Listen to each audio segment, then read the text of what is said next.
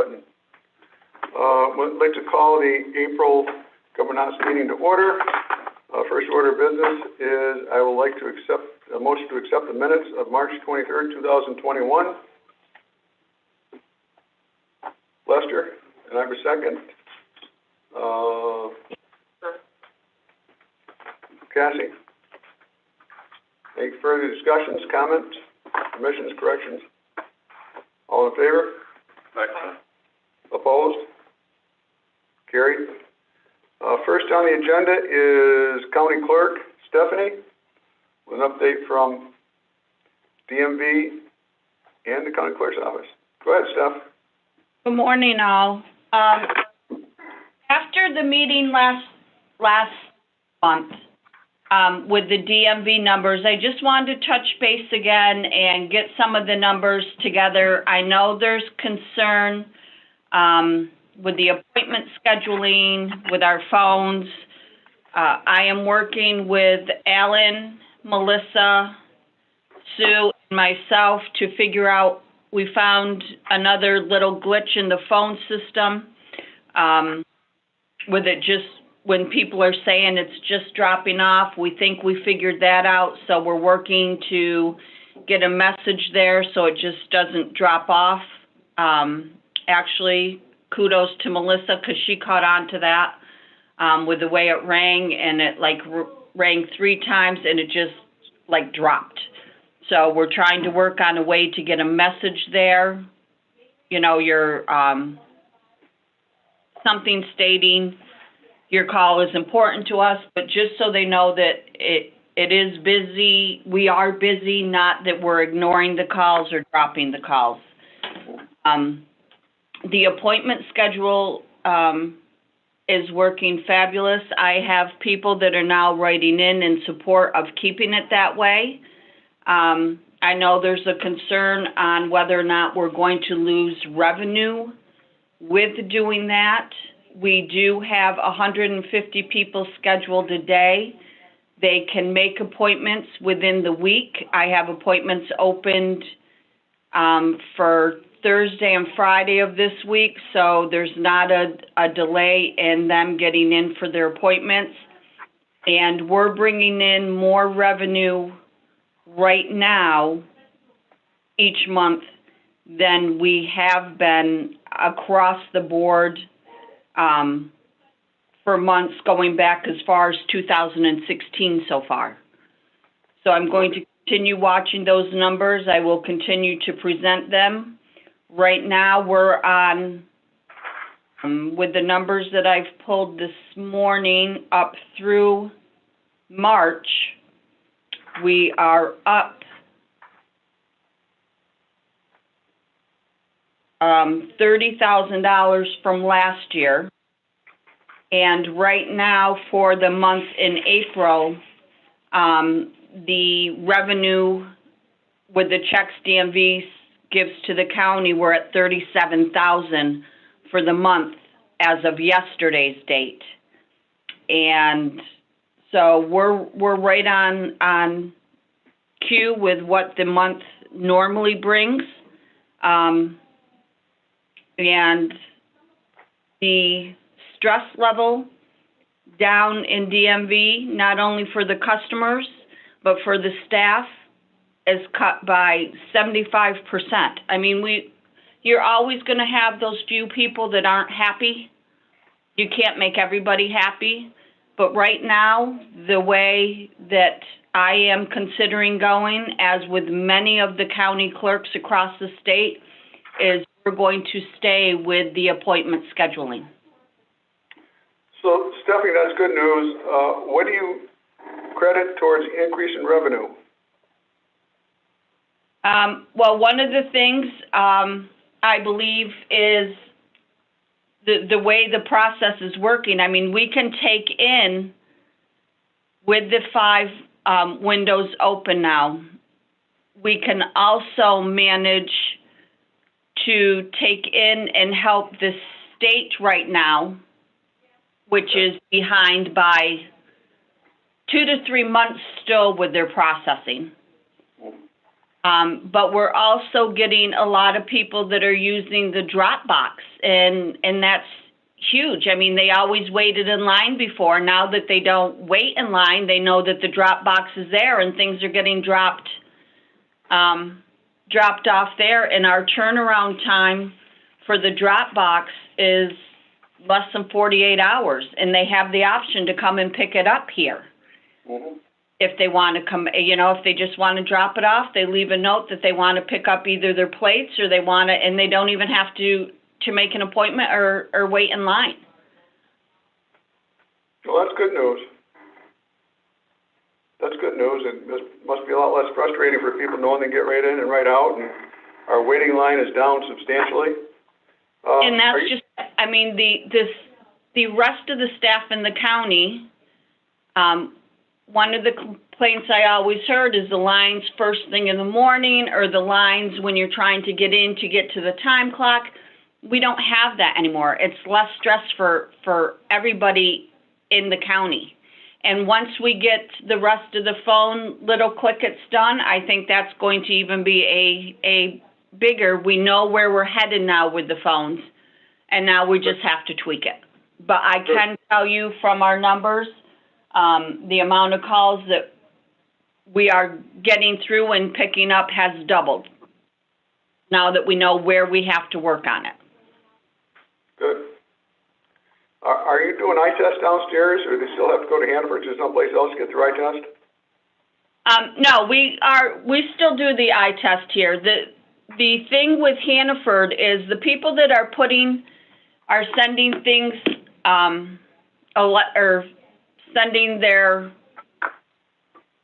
renewals, either doing them online or sending them to Utica. If they don't have the eye test, the governor has passed one of his laws or extensions, whatever he's calling them, that they have up to a year to get the eye test in. The problem with that, and why we're sending people to Hannaford or their eye doctor to send them electronically, is because if in the year people don't do it, they forget to do it, they're going to suspend their license without notice. So sending them electronically, it gets connected immediately to their profiles. If they come in here, they have to do extra paperwork and stuff because they won't allow us to send just a report that they have passed the test. Okay, well, good news. Another cluster. How's everything going on the clerk side? Clerk side, we're doing great. We just got 100 on our passport evaluation. I just got that notice yesterday.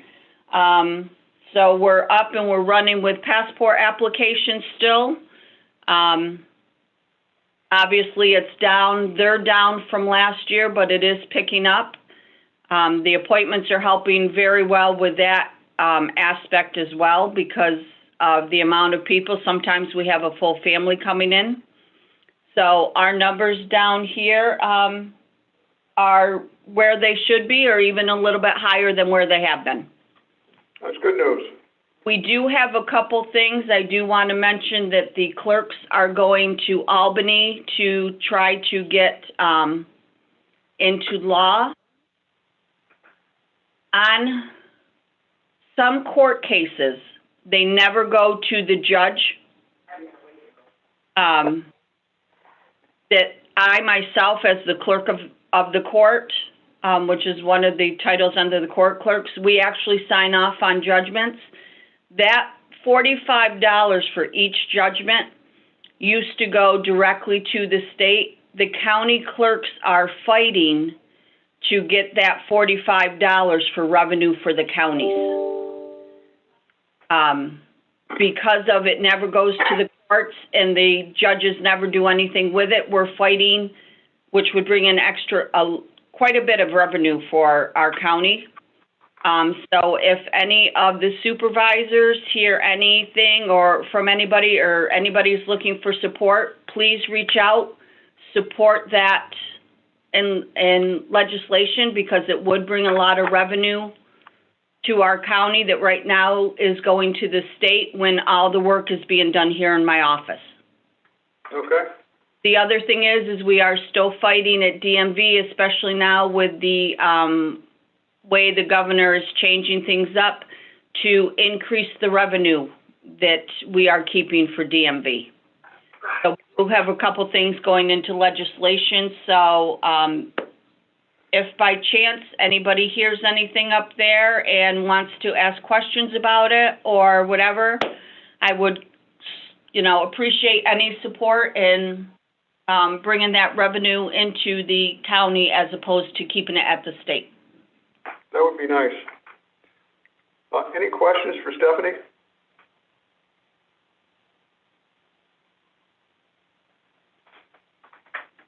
So thank you for the update, Stephanie. We really appreciate it, and it's nice that you got 100 on your passport evaluation. That's good news. Sounds like you're doing a lot of things right down there.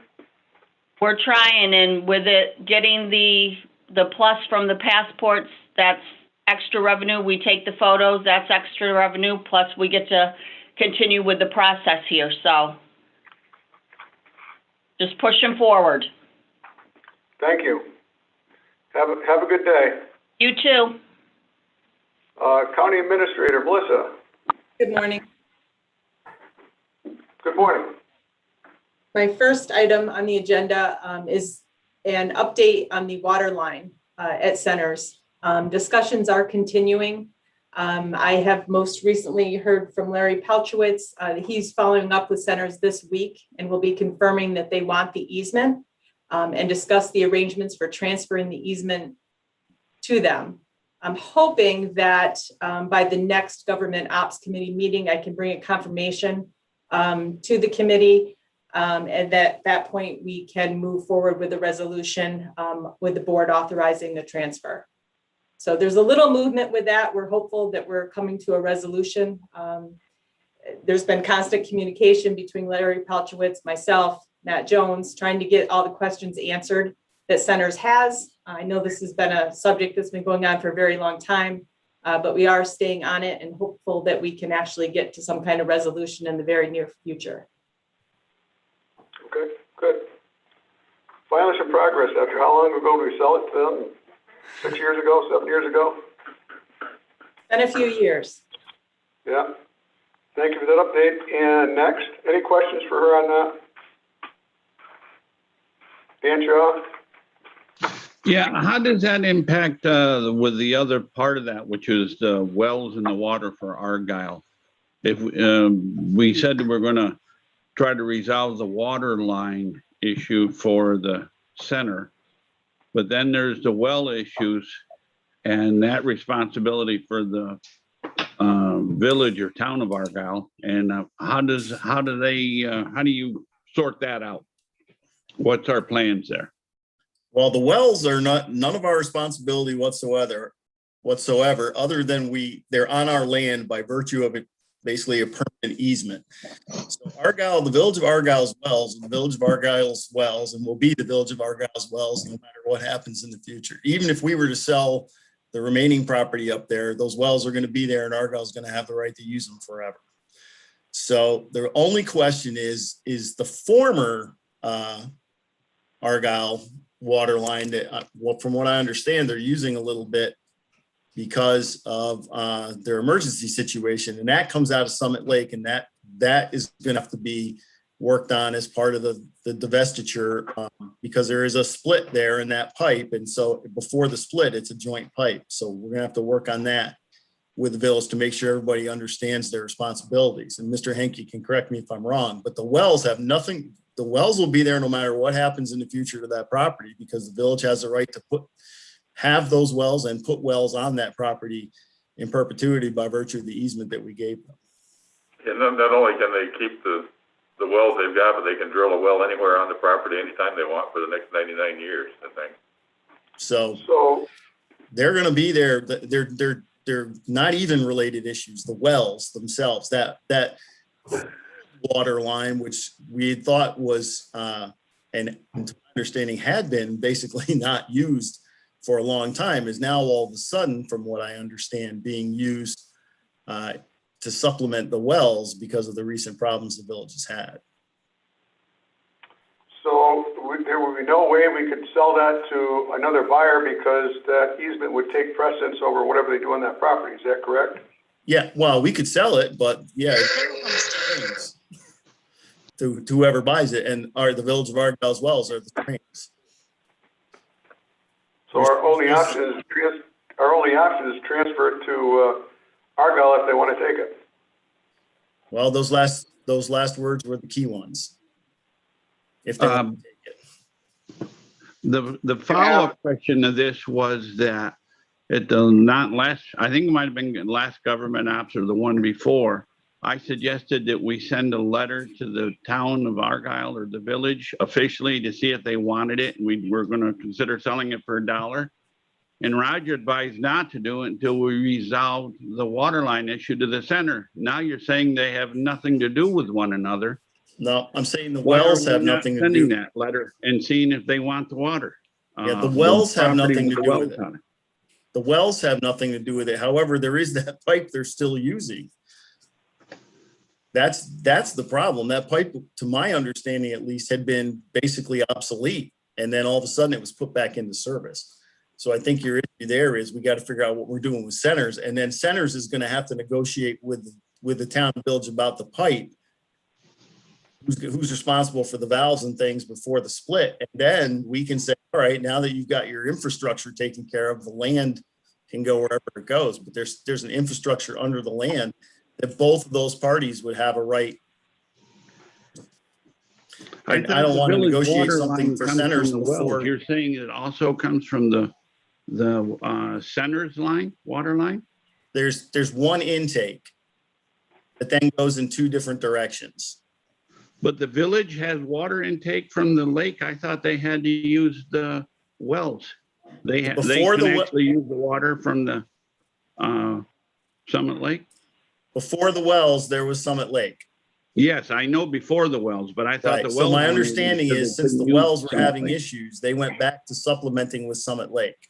The state Brad approved, Jones, the village to use the lake as an emergency water source if something was, wrong with the village, and that's it. So they were using it for approximately 6 months. They've got their system back up to snuff. They're not using it now, but it needs to be there for an emergency down the road, the possibility. And I do know the Centers has been working with the village water commissioner to get their questions answered about this inlet pipe and the two valves. So I think that's why we're getting some progress. I just talked with the Centers this morning, right before this, and that's how I got that information, that they've already reached out to the village to find out what that end of the deal is. So, and I know they have a meeting Once they today. wrap it up, we'll be able to go. Yep, I know they have a meeting today, I think at 10:30 to discuss it, the Centers does. So I would assume we're gonna probably start getting, some responses back this week. day and a half.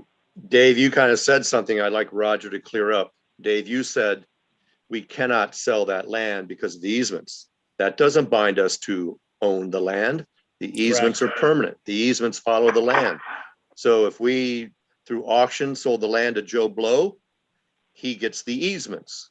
If we sell it to the village for $1, they have all the easements. Whoever owns the property also gets the easement. So there's nothing that binds us to owning this land. I think the land is valuable to some people. It doesn't benefit Washington County at all. So I think we should put it up for auction. If the village wants it, maybe they would insert themselves before the auction and we would give it to them for $1. Maybe we legally can't do it since it's real property, but I think the county needs to divest ourselves, stop worrying about the headaches of who has what easement, because it goes with the land. It'll be out of our hair. Is that correct, Roger? I thought I said that the land, if we sell it, will come with strings. The strings are the easement, but we can sell it to whoever we want to sell it to. You're correct. It just affects value.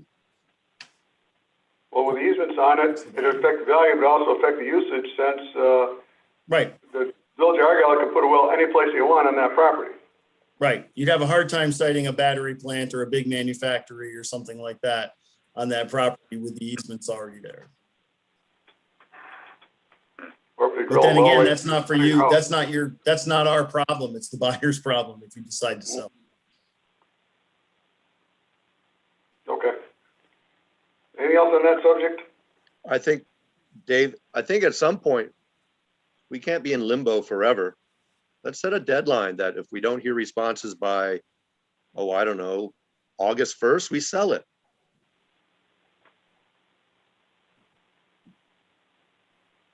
I have no objection of trying to put that deadline on it, if that's what the committee wants to do. Make that motion. Motion by Dana, do I have a second? I'll second that motion. Discussion?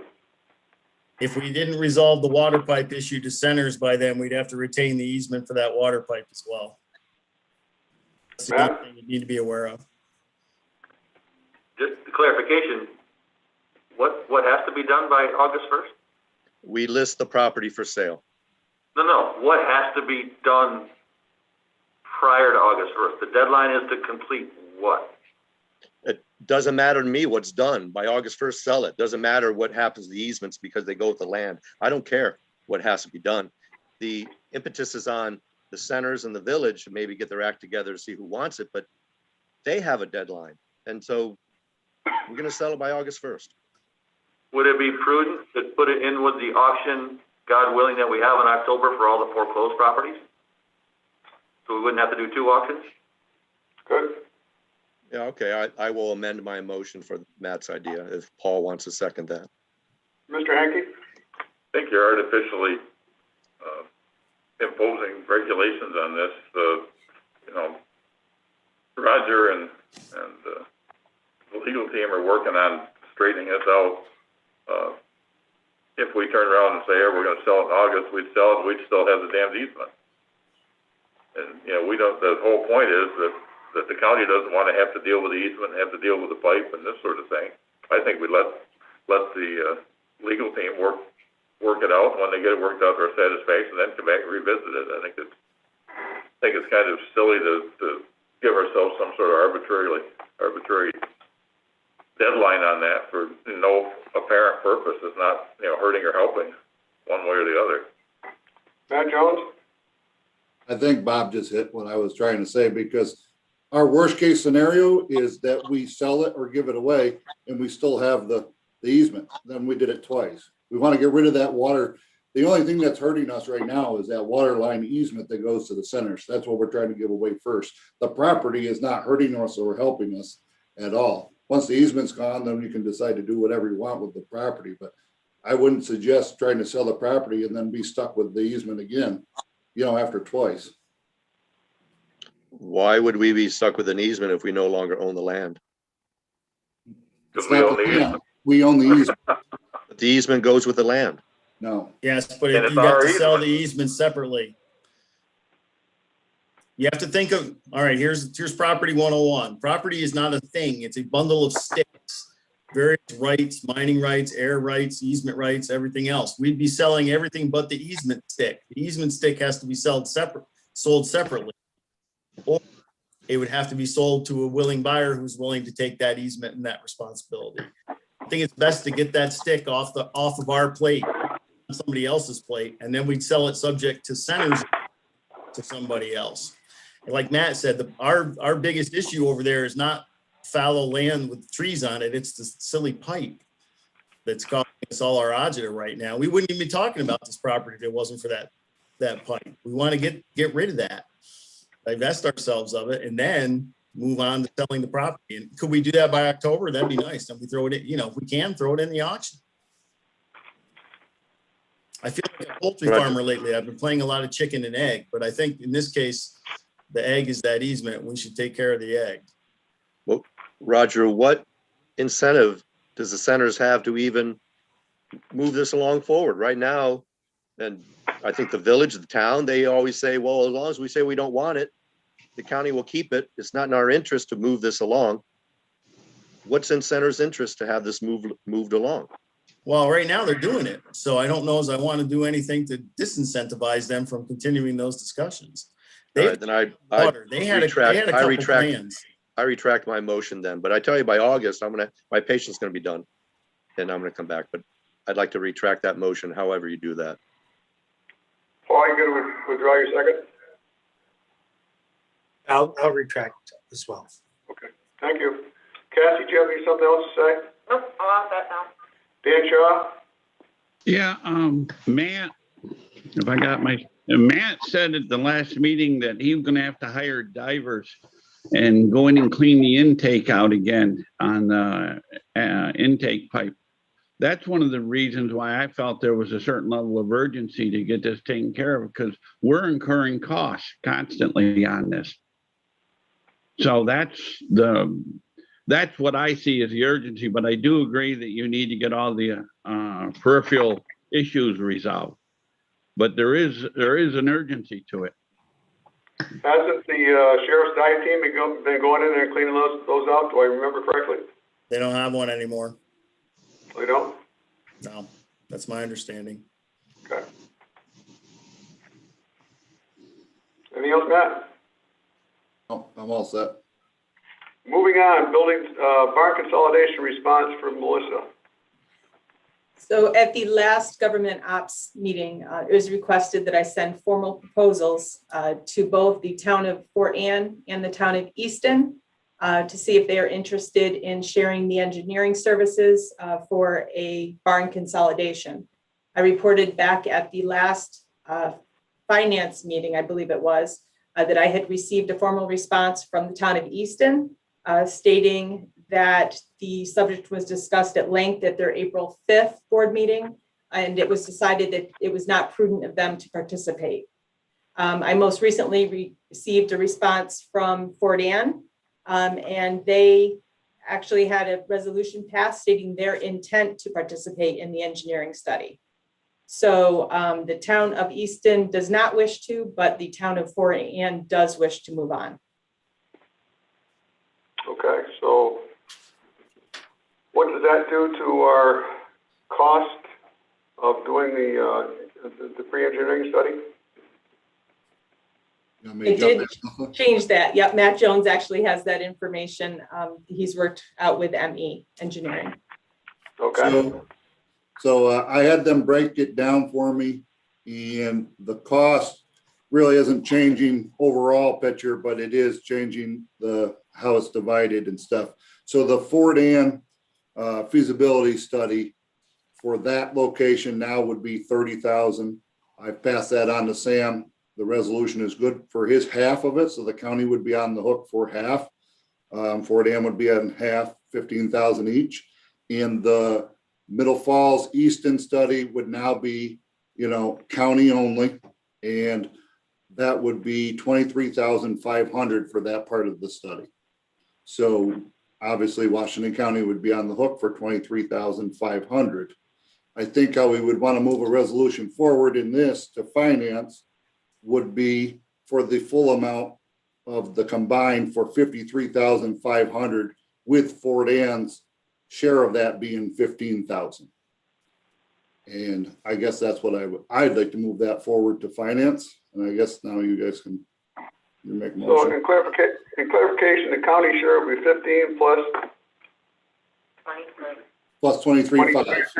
38.5. Okay. Yes. Yep. So can I get a resolution to move this to finance? I will. Moved by Cassie, second by Lester. Any further discussion? Matt? I just want to make sure that the resolution is for the full 53.5, and the county would reimburse us because we're the ones hiring the engineer. So it would be for the full 53.5, not the 38. We need to move forward with that. And then it would probably be a separate resolution, or however you guys want to do it, to accept the 15,000 from Fort Anne towards that 53.5. Roger, which is the proper way to do it? No. Al? So this will be budgeted in the capital project. The expense for the expense will be budgeted in total in the project, with an offsetting revenue for 15,000 coming in from Fort Anne. and the county share will come out of the capital project contingency. Matt won't have to spend it out of his budget at all. This will come out of the project. Roger, should that all be included in one resolution, or with the 53,500 and 15,000 coming from, a contribution from Fort Ann? Well, I think you'd handle the Middle Falls or whatever it is going to be a separate project. So you can handle the Fort Ann deal in one resolution, that we're going to spend this much money and we're going to expect Y amount of money, coming back from Fort Ann. And that's the way we do the contract as well. Because this is just for the engineering, right, Matt? This is for the feasibility study that'll get us to the next stage. Right. So we need two resolutions, one for the $30,000 for Fort Ann with a $15,000 contribution from Fort Ann. And then we need a separate resolution for the 23.5 for Middle Falls. Is that correct? That's the way I would do it, because they're going to be, it's going to be one capital project, but I see Al waving his hand, so I'm going to defer to him if he's got a better idea.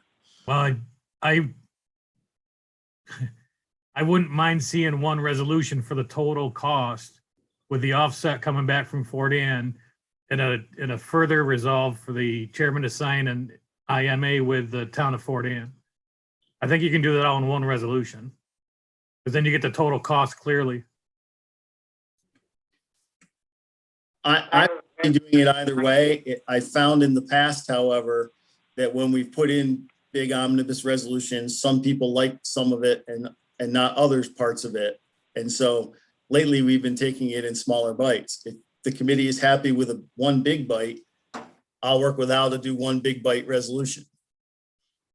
Matt Jones? In that DPW resolution last Friday, because there was, some contention about the two positions, we split it. The first one I wrote had both those positions in it. We split it out. So, and as it turned out, that probably was the thing to do.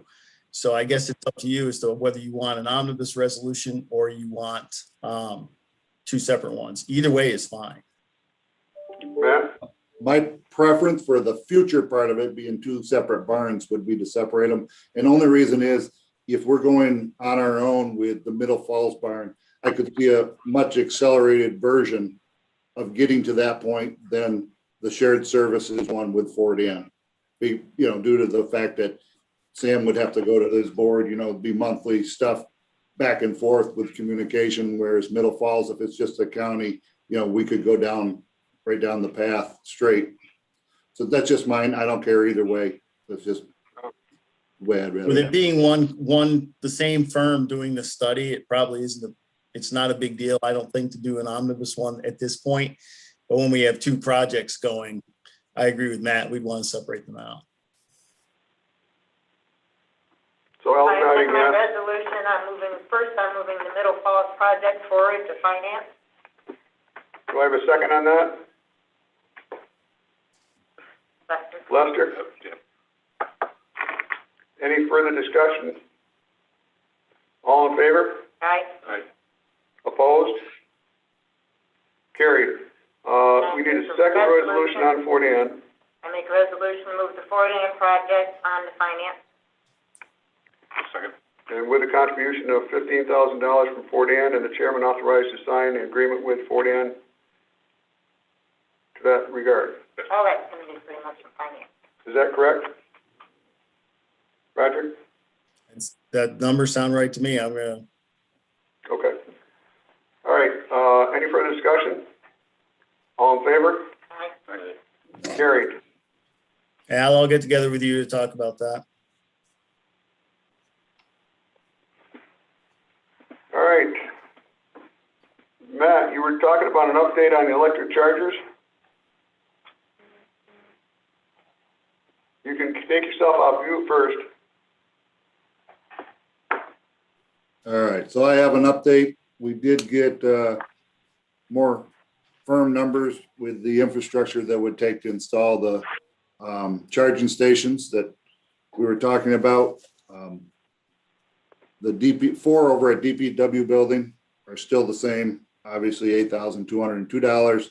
What we did change was, after talking to our electrician, instead of running power through the building to the back of the parking lot, and out where we were restricted, plus it was problems with the generator.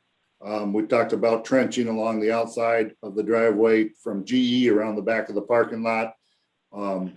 So after the rebates and everything, the cost of that project to do that would be $34,599.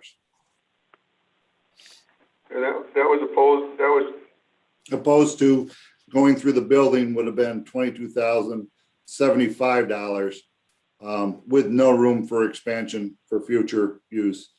My recommendation and our electrician's recommendation would be to do it outside, to go from the power pole behind DMV Building A in the laneway along the side of the driveway, trench it and come out in the back where we could install a 400 amp transformer. okay. Was there anything else on the chargers? And we still came down to the one that was proposed was still the. So what I have is this is the one that is on state contract. I have one other contractor that I have to send this new make ready electrical quote to. But they're not on state contract. So it opens up a big can of worms. You know, they can still offer us, equipment. It's not equipment that's on state contract. So I do have to look into that, and it would create a lot of problems, I believe, if we were to go that direction, not being on state contract. And as far Day and a half the other day, I heard your hand going up, day and a half. You heard that. Thank you. I heard that. Matt, I have a question about the chargers. I know there's several different types. Some are a rapid charger. I think if there's any chargers for the public use, if they're not rapid, it's not even worth it, because the public use might be in there for half hour at DMV and you need a rapid charger. The ones for the county use that would be in the back for county cars, would these cars be plugged in overnight unattended? Is there any concern about that? I know in someone's home in the garage, you plug it in unattended overnight, but these would be out in the open. Rain comes on it where the charger connection goes. I don't know how waterproof they are. Is there any concern about that? I don't have any concern with that because these are standard exterior grade electric chargers. You know, they will shut off once it's full charge. They're fully automatic and meant to be outside. I haven't researched any issues with that, but it's a product meant to be outside and meant to charge overnight. That's exactly what it's for. And to clear it up, none of these are rapid chargers. These are what they call level 2 chargers. Rapid chargers it's a completely different type of charger, and not all cars right now accept rapid charges. Level 2. How long do the ones we're contemplating, how long would it take to get a full charge? I'd let Melissa, I know, was looking into that. The level 2 takes about 1 hour for 25 miles from what I've read. All right. Matt Hicks? Just so I can get information on it, it would appear that when we buy electric cars, it comes with a charger, but it's only 110 volt and you only get 3 or 4 miles per hour of charging. Or you can buy their level 2 charger from when you buy the car that gets you 18 to 20 miles per hour of charge, so that if you charge it overnight, it would be 300 plus miles and it would be full of charge in the morning. And then there's all those DC rapid charging stations that are someplace else. The question, and these level 2 chargers that you get with an electric car cost an extra $500 or $1,000 or whatever it is. If we bought electric cars and we paid the deal of the extra for the charge that gets 20 miles per hour, why would we need to build and buy a whole new set of charging stations when we're going to get that charger from the dealer? I guess it's got to be a 240 volt, Matt? Yeah, a lot of the cost isn't really the charging station. It's mostly the make ready, whether you get your level 2 charger from the car dealership or from the through this project. it's the make ready. It doesn't matter. We still need that much power in that location to run those units. So it's the installation then, it's the installation of those Sure. units, that's the $30,000. Yeah, the Gotcha. cost of the units themselves is actually pretty much covered completely with the NYSERDA grant. So Gotcha. What is the range of an electric car? I mean, I always wondered that, how it would fit into our operations. I think it really depends on use and the model of car. Mhm. Yeah, you know, it's just like gasoline. I mean, my truck and you know, and a hybrid car are two different animals when it comes to range. So that would be something when you decided your cars, that's where you would look for that range, you know. Okay. John Rozell. Well, we got the price for the chargers in the back. That's 8 chargers in the back and 4 out Yes. front. Yes, And when we buy the cars are all, there's a software to tell how much electricity it uses to charge them, so we can figure out the cost and everything, correct? yes, that charge point is fully, there's a software that comes with the units. I don't know, you know, like we're just talking about with the ones that come with the cars, I doubt they have the software. This is completely metered. We know how much each car is being used, the same kind of thing that we're doing with the gasoline. We can monitor it all and everything. The only Yes, thing we Jeff. can't monitor is what the public uses off in the front floor, correct? Oh, yeah, no, that's true. We can monitor that too, because they'd be using a credit card to pay for it. Okay, the public would pay for it themselves, Yes, okay? Matters. Is the 34,000 the net cost, or is that after NYSERDA sends us back money and NIMO sends us back money and all that?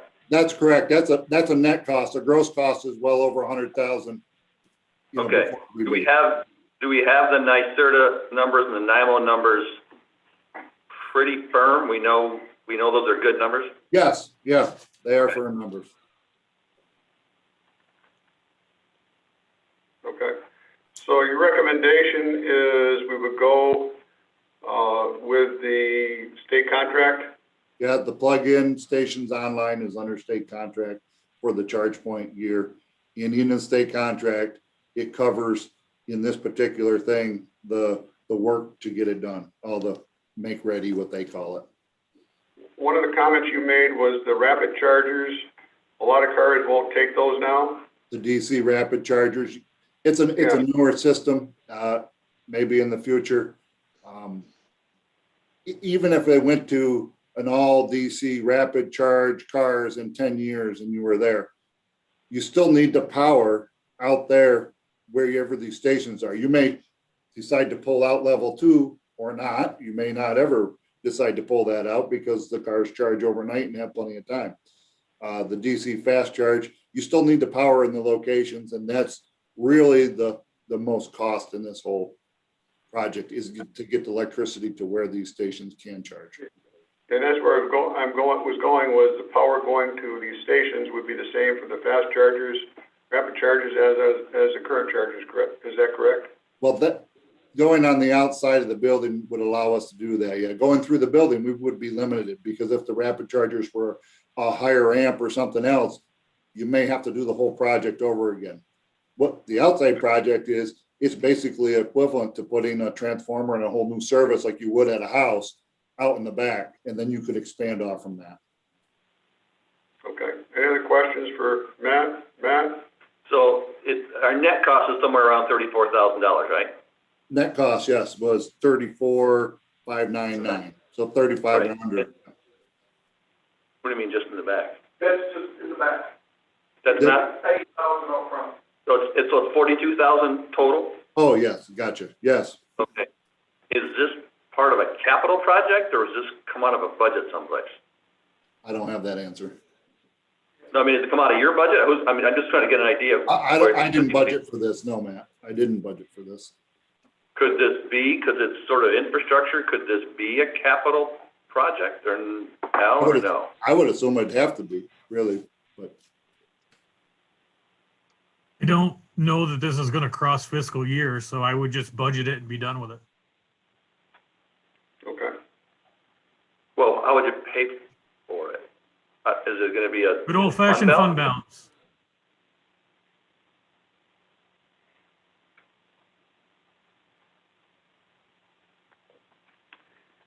Is there anyone like to make a motion to move this to finance?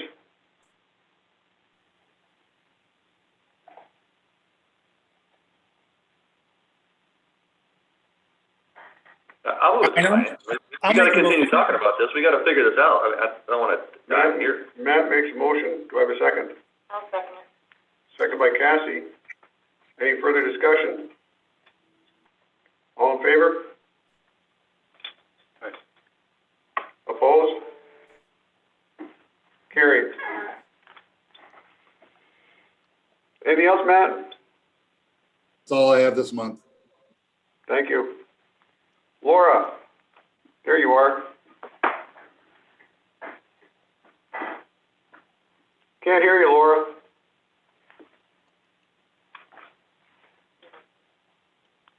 Laura, we can't hear you. She says it's done, really.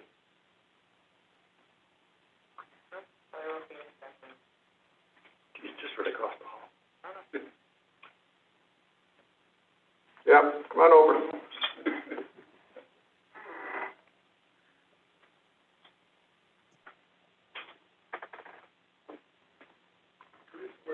Is that one ready? Oh, yeah. You got a speaker over there, don't you, Brian, or a microphone?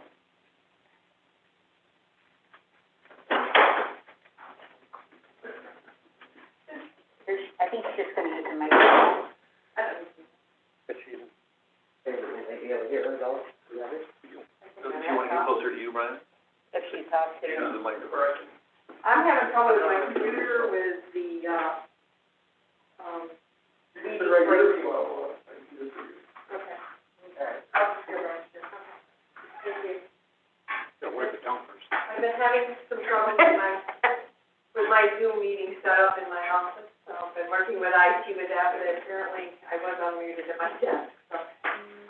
Sorry, this has come, kind of late minute brought to, I've been working with some of the villages on some re-levying information that the governor has out there. The governor is working, the legislatures, the Senate and Assembly, have been working on some bills to extend, the termination of services and the re-levy of, village sewer and water amounts.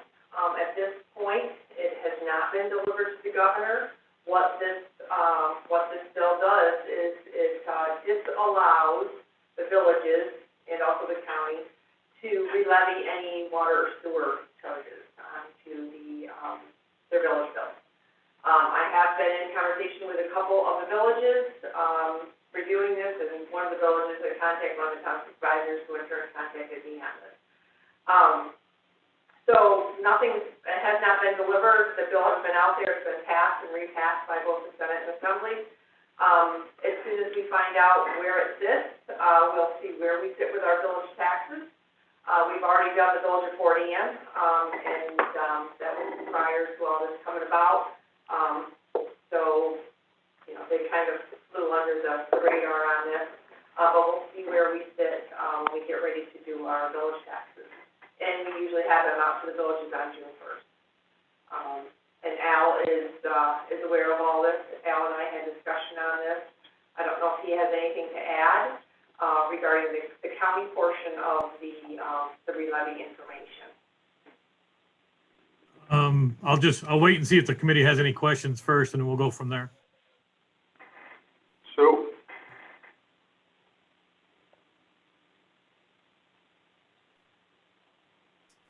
Laura, does that mean the debt service or plus the operating expenses? That is the individual charges that everybody pays for usage. So if they don't pay their sewer bill, it's not the O&M, the operation and maintenance. Okay, so like the town of Salem, the debt service is on our taxes. The operating expenses is sent separately. You're not talking about the operating expenses. No, this is only the operating. That would come through a re-levy, Al? You wouldn't be able to re-levy if this is signed Gotcha. before June 1st.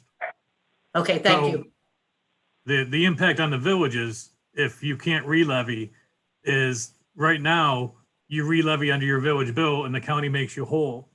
If you can't re-levy, the villages that are relying on that re-levy for their cash flow are gonna be out whatever that re-levy cash flow is.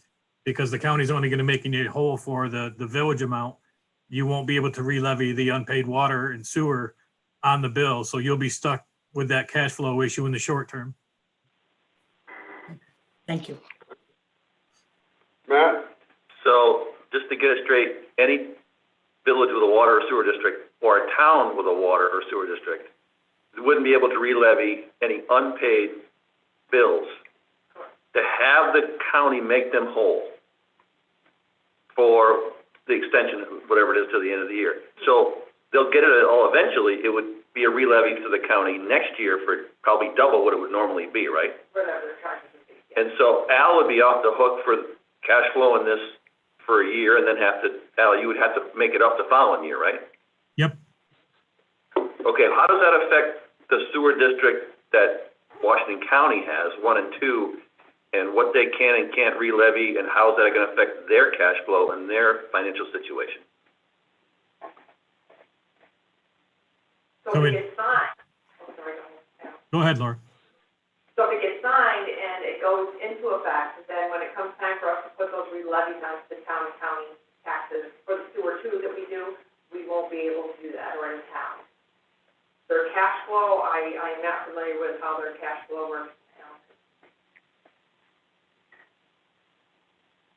Yeah, if it's only for a year, they'll be fine. If this is extended, you may hear from Mr. Brilling about a good partnership with the county. That was my question. If those don't get paid and he can't re-levy it, will he get into a cash flow situation where he'll come to the county and say, hey, for this year, you guys gotta lend me X amount of dollars to help me get through the year? You're saying that's probably not gonna be the case. Right now, he's fine.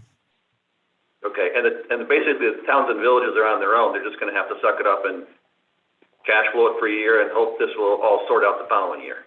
Right, and the other option that you have too is, since if you can't re-levy the bill, you can continue to collect it. So some of the people, even though they're not paid by May 31st, maybe they come in and see you in July or August. So you could still keep collecting on those bills and get the unpaid amount down a little bit. On a local level, the local villages and local towns. Brian? So question, Al, if it's gonna eventually get re-levied anyway, and I guess that's what we're saying, would it, not sure the county wants to do this, or would even entertain it, we wouldn't be in any different position if we loaned them the money that we made them whole. Should we loan them the money until we can re-levy it? I guess if that was a cash flow problem, it's just a question. It might not be anything anybody would want to do or entertain. I'm just saying it wouldn't be any difference in the amount of money. Well, we can't loan money to towns and villages. And the sewer district isn't in a need for it. Okay, that was my question. Matt? I guess the question, Al, is in the bigger villages like Fort Edward or Hudson Falls, maybe everybody pays their bills and the re-levy is only a couple $1,000. I have no clue. Maybe it's tens and tens of thousands of dollars, which is a real kick in the teeth to them. It's around Do you have any 75,000. feel on how? Village of Sorry, Fort go ahead. Edward's around 75,000 is my memory. Wow. The re-levy or the total bill? The re-levy. So the village is gonna have to cash flow 75 grand. Instead of getting 75 grand over once in 2 years, they're gonna get 0 and then 150 from us. Potentially, yes.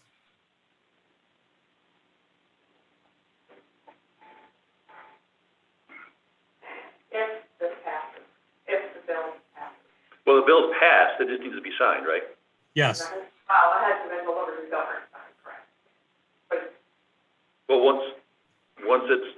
signed by both houses and isn't automatically delivered to the governor and sits on his desk waiting for a signature? No, he has to call it up. And they've repassed this a couple times, I believe, with different. So this would be a timing issue, as different villages and towns have different cycles. Yes, When he eventually, it may affect some villages and not other ones. right. Like I said, Because they're all on different, yeah, they're on different. You know, they already did their. I swear to God, if the state could make things any more complicated, they'd make it up They and would. then do it. It's unbelievable. It would. But, you know, because we wait our mortgage taxer's signature because he didn't call the bill up until 5 or 6 months after, more than 5 or 6 months after it was delivered to him. And this is something similar that we were discussing at the end of last year regarding the re-levies, because they were saying you could not shut service off, but they didn't say you could not re-levy the bill. So this was something that was this wording was not in it prior, where before he says that, you know, you couldn't, based on the emergency order, you couldn't shut anybody's service off because of their inability to pay. That's still there. Now they're saying you can't re-levy that on their bill. Any other questions on water and sewer re-levy? I don't know how anyone keeps all this straight. Okay, legislative update. Okay, so there had been a few, star changes that, we thought were gonna be included with the budget bill this year.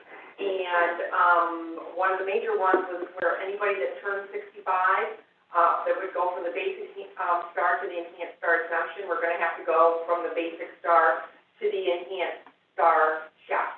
That did not get included in the budget bill, which is a great relief to, the county director's community and the assessor's community, because that saves them a lot of work.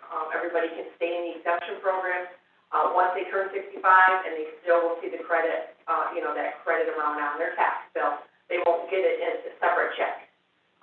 So that was a relief. But there was one thing regarding the star that they did pass, and that was anybody that lives in a mobile home park going forward, for the year 2022, which was, a good thing, because they didn't all of a sudden say, okay, we're starting this year with 2021, like they usually do with the star stuff. In 2022, anybody that lives in a mobile home park will now receive the star credit check. What has happened in the past is, the mobile home park owner was receiving a large enhanced or basic star, exemption on their tax bill based on how many units were there, if the people were basic star, clientele, or enhanced star. And then it was up to the mobile home park to share that savings amongst everybody that had applied. And in a lot of mobile home parks throughout New York State, they were finding that the mobile home park owners were not always distributing that and giving the people the credit, based on their monthly rental fees. So this is better for the mobile home park, the people who live in the mobile home parks, because now they will get a check, and that will help offset their, monthly rent that they pay to the mobile home park. I know I have done this we went to Whitehall and we knocked on every door in a mobile home park to make sure that people were signing up for that credit check, just to make sure they were receiving the savings, they were receiving the tax, that savings, check in the mail. Much better program for these people to go in, and that will start in 2022. That's been out to all the assessors, so they're aware of that. They have a mobile home worksheet that they can work with and, contact all their people that live in their mobile home park. So that was mainly the only star change this year, so that was nice. So on the star change, and on the star, enhanced star, I heard reports that people were receiving enhanced star and went over the income limit. Mm-hmm. When they went to star, they went to the star check. Yes. If they were over the limit for the enhanced star, they should have stayed and just moved back to basic exemption. They shouldn't have gone, if they were over the 250,000 for the basic, then they have to go to the star check. There's many. No, this one went right from enhanced star to a star check. The star check. I can check into that if you want to give me information. It should have gone to a basic star exemption. We can check into that. Okay. We've got a particular property. Hmm.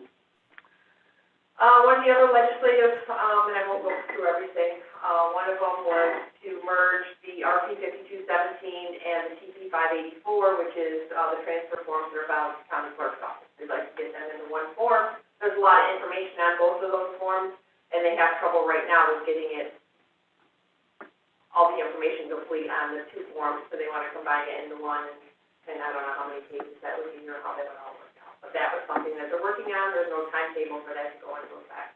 The next thing, which is kind of important here in Washington County, because we do have some solar projects going on in Washington County. The solar and wind advisories, what is going to happen with any solar properties going forward, they will be given a value by New York State. New York State, along with NYSERDA, Office of Real Property Tax Services, along with NYSERDA, a group of assessors and county directors are getting together to try to figure out how to bring together a uniform evaluation process for these solar projects throughout New York State. They have 180 days to try to figure that out, so of course it won't go into effect until next year. They are going to calculate that with a discount rate annually. There's different ways to value property, and they would like to do it with a discount rate. The state has done research in the solar industry and in other states that are doing this this uniform valuation. This will be mandatory for the assessors to use, with one assessor that is in the RIPTAC committee that I sit on did ask, and this is going to be a mandatory number, similar to the telecommunications, the special franchises, and sometimes we do have some hydro facilities that do get their numbers from the state, New York State lands. Those numbers are all issued by New York State. So going forward, it looks like the way it sits right now, the solar assessments will be valued. The town will be given a number by New York State. How that's going to happen to anybody's pilot they have going on, or anything they may have going on in the background, we'll have to take a look at those things at your individual town level. So Laura, if they put in an X megawatt solar farm in our town, the state's going to come in and assess that and create an assessment of X number of dollars. Yep. And that's what'll go on our rolls. Yeah, The assessor will have no input on changing that. correct. And our grievance, Board of Assessment Review, Correct. it'll be set by the state and there's nothing we can do about it. The assessor, I'm sure, can contact New York State if there are any issues regarding that, but I do know that those numbers are mandatory and they have to be used. That's what we were told in our RIPTAC committee by Office of Real Property Services.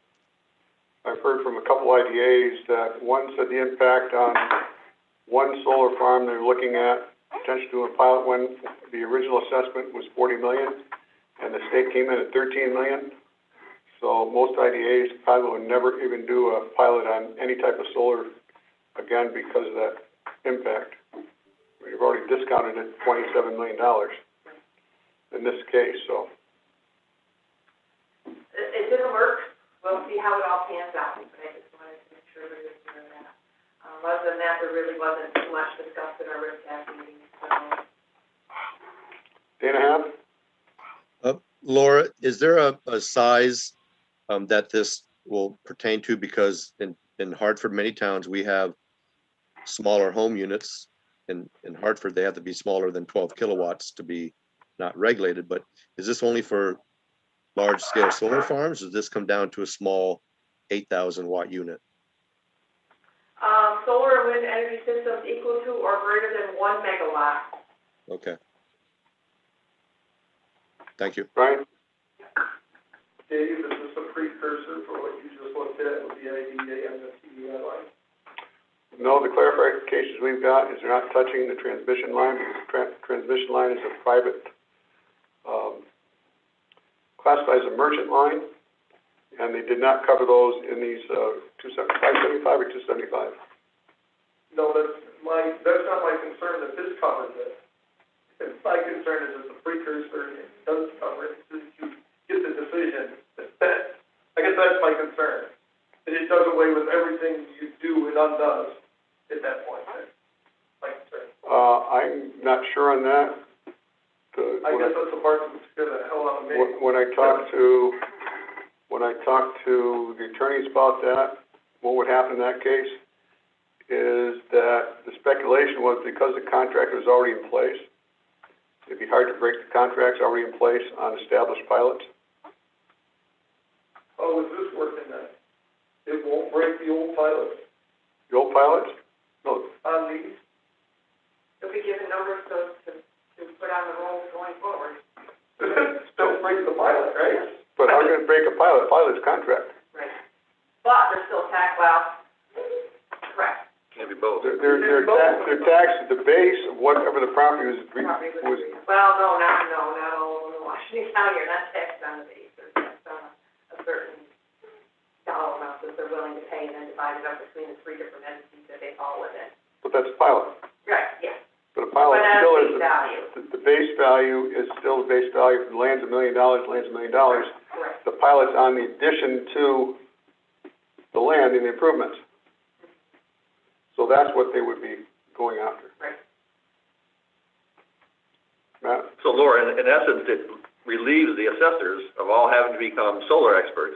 Correct. And you've got 17 towns with 17 different assessors potentially, and the numbers be all over the place. They're trying to unify it, but the state's gonna control it. And we're gonna have no jurisdiction, there's no local control over this.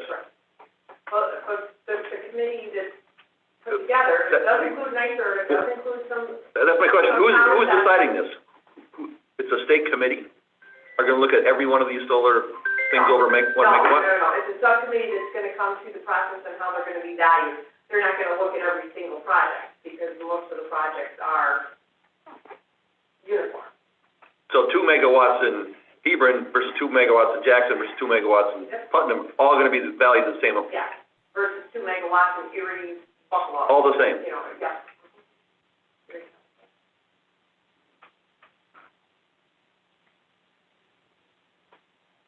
Interesting. So not only are they gonna locate them, cite them and locate them, they're gonna tell you what you can tax them at. And we kind of knew based on, worksheets and, different things that NYSERD has put out there over the years. We kind of discussed that eventually they'll probably NYSERD is gonna have There'd be no Article 78 on that, right? None of the win. That's what I mean, because they're all gonna be the same. When do you think this is gonna come ahead, Laura, in the next year or so? It would be a year out at least. I mean, they have 180 days, they have 6 months from now to come up with a process and then. So if there's a 5 megawatt unit going in my town, and it's done and my assessor's assessed it for X, and that's on my tax rolls, then the state could come in when they get their act together a year from now and say, nah, we're only gonna value it at half X, and all of a sudden half that assessment's gone. So March 1 is coming past. So now anything going forward that goes into your town will be in the next year. So, if they have something that's passed, and lots of times when the budget gets passed on April 1st, it goes going forward. So anything going forward from now, if this gets passed for next year's budget on April 1st, that will affect your value going forward.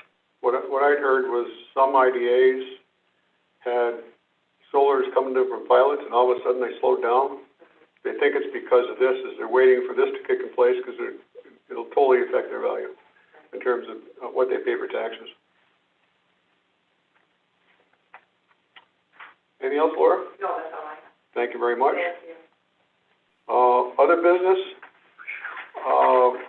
We've talked, Al, yes? I just wanted to, I failed to mention earlier, for those of you that are playing along at home on the town and village re-levies, the Assembly bill is 6255A and the Senate bill is 1453B. So if you want to follow those are the bills that have passed both of the legislative houses that are on their way to the governor eventually. So if you want to track those and see when they hit his desk, those are the numbers. Okay. For a while we've Dave. yes? Dana had it up, Oh, there you are, Dana? I want to kind of discuss easements again with Summit Lake, if Roger can come back on, because I want to know, if you grant somebody an easement, you also grant them the ability to maintain that easement. Why is the county maintaining these easements that other people are using, shouldn't they be sending divers down to clear out the intake? Why are we doing that? Maybe Bob knows. Well, precisely what I said back when we were trying to sell the property. We should have sold the easement along with the property, but we were, too much of a hurry, didn't want to think about it. We just sold the property and kept the easement. That easement is not just through, just the end of the pipe. That goes down through, I think, 7 or 8 different properties that the county has an easement through. That's what we got to get rid of, is all that. We own the easement, might be the part you're missing. Right, we own the easement. But we don't, but even though, but we're giving the easement to Centers, right? We We're trying. we can only give it to them if they want to take it, if they agree to take it.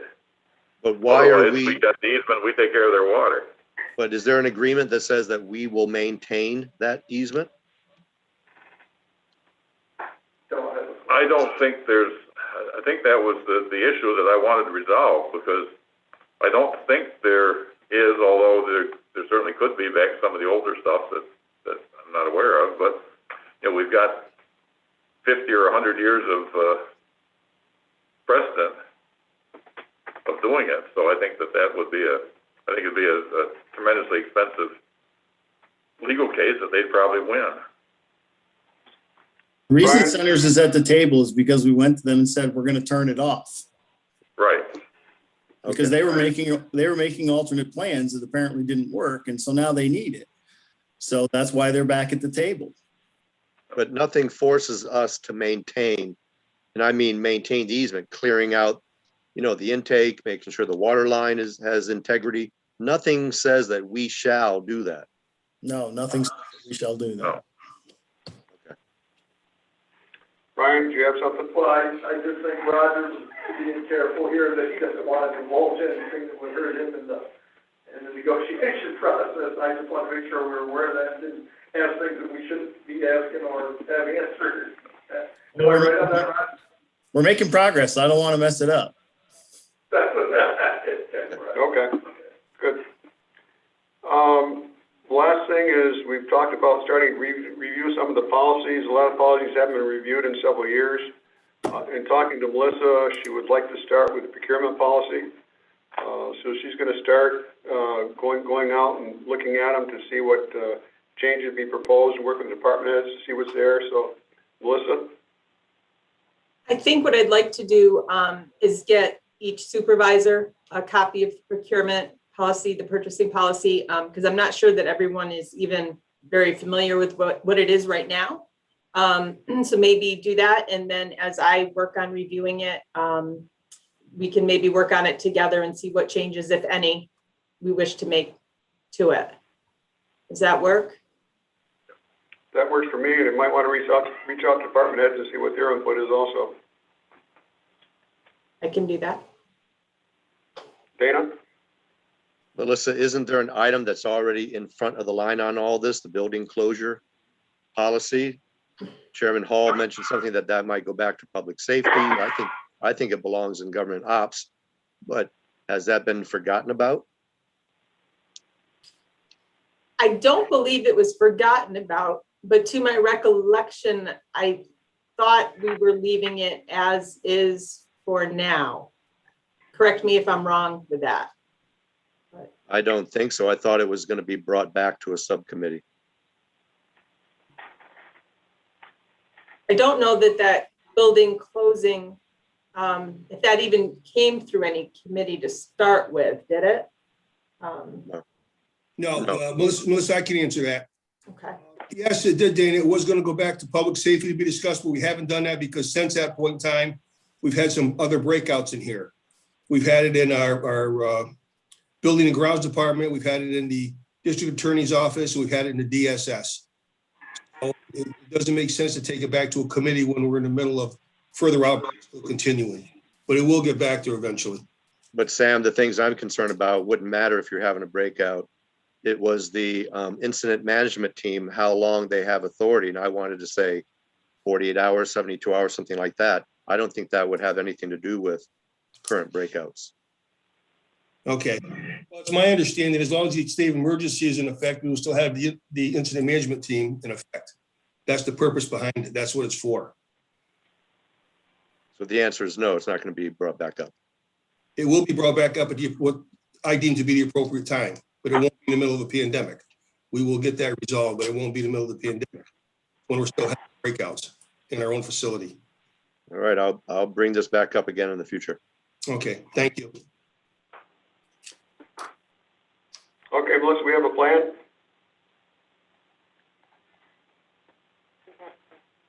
Thank you very much. Anything else come before the committee? Brian? Yeah, so just to clear some of this stuff up, I watched the Friday meeting on YouTube. Great job by Steve Tudor's daughter there at the beginning of the meeting. I've known Steve for quite a while, not real well, but hard to believe his daughter's that old, but it's hard to believe mine's going to be 25 this next week, so kind of surprised there. But it was a good job. I wish we could have seen that in person. I wish all our meetings were in person. I wish we were off Zoom because I could see it caused a lot of confusion. So I sent out all the car stuff yesterday so people could see the 4 cars I was looking at. There's other cars. I just can't keep up with them. I don't know if that's my job. My whole point in any of this that I brought up is all about cost savings. I think that's my job as budget officer, is to find any type of cost avoidance, cost savings, efficiencies that I can possibly find, even though I've had some tell me that that's not my job. It's supposed to be about philosophy. Mine's about numbers. That's kind of where I come from. And I think that's what you guys reaffirmed for me to do when you voted on Friday, and I thank you for that reaffirmation too. Thank Dan Shaw too, because Dan Shaw, he voted for me, and I thought that was a good job on his part. The other thing is the timeline, because I heard before the meeting that people thought this was being very pressed, move fast, whatever. I just wanted an actual number, and I knew the bids we had weren't real. It was interesting, the motion maybe was for the bids to begin with was actually seconded by Matt Hicks. So I thought it was funny that he thought it was hurry when he actually seconded that motion. There must have been a little buyer's remorse there, but that's okay. I have no problem with that. Matt and I work together well, and we come from the same type backgrounds. It's how can we do this more like a business? I hope that's the way we're going to keep looking at this. But I went back in the timeline, went through minutes, went through other meetings. This first came up in July 13th of 2020. So if anything's been fast-tracked, I'll let you know that's 9/1. I didn't think that was fast-tracked, but I got to tell you, Zoom meetings have an effect. I honestly thought it was October. I really thought it was a lot quicker than that. I had no idea that we got permission to go out and look at the grants on July 13th. That really blows my mind. So I hope soon we are back meeting in public.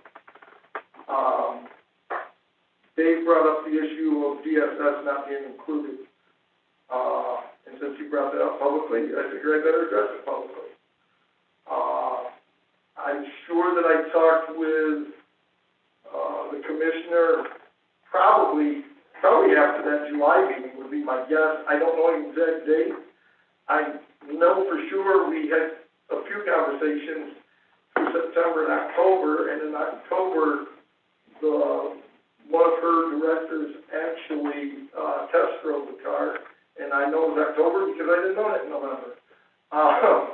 So therefore, I know that they were all on board, and that was part of the reason when I was asked before about why I only did one car. There was only one car, and they were happy with it. I wouldn't sell the department over anything I wanted. That's not how I do business. I work with departments very closely, and selling them down the river has never been a thing that I'm interested in. So that's kind of the timeline as to how we got here. So it's been 9 months. If anybody has done due diligence, not done due diligence in that time, that is on them. I've provided all the information I can provide. I've got more hours into this than I care to explain, but most of my work is the same way. 90% of what I do is verifying stuff that was supposed to happen. So you only get to see 5 or 10% of it because that's stuff we either have to correct or stuff we have to address. But in the future, I do plan on looking for any efficiencies that I can find, whatever it's not a game, whenever it's not a zero-sum game here is kind of nice. This is something that I was looking at because I thought it could help all departments. I have no agenda. If you don't want to do it, I wouldn't have minded if you killed it today. To be honest with you, I don't mind if you kill it in finance. Because this isn't about me. This is about the county. This is about our opportunities. There's grant money out there. We always talk about it's over 4 counties. Well, no, we don't have money. We like effort. This is the case where we all need to work together. So many times, the only efforts put in here to be negative. I'd like us to see this one time, no matter what the project is, we put in effort to do something positive. That's a big concern of mine. The way Dave took this was reminiscent of 5 years ago when Dave started the story about 3 men in the room and how we were doing things. At the time, I laughed. I didn't think anybody would buy into that. I thought that was absolutely ridiculous. The way we work here, I don't have time to be with 3 men in a room. There's just a lot going on, and we meet with a lot of different people, and we work together well, usually. But I thought that story was a joke. I didn't realize everyone would buy into it, and it got used, it got weaponized. And I've heard it come back up again in the past, and you're like, there's just no truth to any of that, but, and that's why I want to address this now, because when Dave brings up that I'm doing something in a department where I don't belong, I'm sorry, Dave, I don't do that. I don't work that way. And the fact that you suggested that hurts a little bit because that's questioning my integrity, and that's not the way I work here. And if you're going to bring that up, I would appreciate it. You did it in a meeting that I was at, not that I got to watch on YouTube. And I guess that's kind of where I'm going to leave it because I'm not trying to make it personal. I just know that I don't look at my integrity questioned when all my thoughts were in the right place, looking out for the county taxpayer. And as far as grants, there's $45,000 there that I'm worried about it's only $11,250 in county money. But I don't think that we want to lose any county dollars. That's all I was referring to. But if we don't want to do any of it at all, I'm fine with that. We'll move on to the next thing. But I just want to make that note since I wasn't present. And you can take that however you want to. If you're offended, well, maybe you should be. If you're not, I'm dead. Thank you. Yes, Matt? As a rebuttal, I second things all the time for discussion purposes. So just because I second it doesn't mean I'm in favor of it. In fact, I just moved that thing to finance. I'm not sure I'm on board with the charging stations yet, but I think it should be discussed further and we should move it further. And I have a problem with the fact that it's going to come out of fund balance, but we'll discuss that in finance and the vote will be what the vote is, but just lay of the land. Yeah, I don't care if you kill it. I mean, I don't have a personal agenda here. I just know where the colors are. That's all. Anything else? Motion to adjourn? Cassie? Lester? All in favor? Opposed? I object to motion to adjourn. If you've finished your agenda, you can just adjourn. You don't need motions to adjourn. We're wasting an extra 3 hours a year adjourning. Thank you. Thank you. Thank you. Right. And I agree. The chairman has that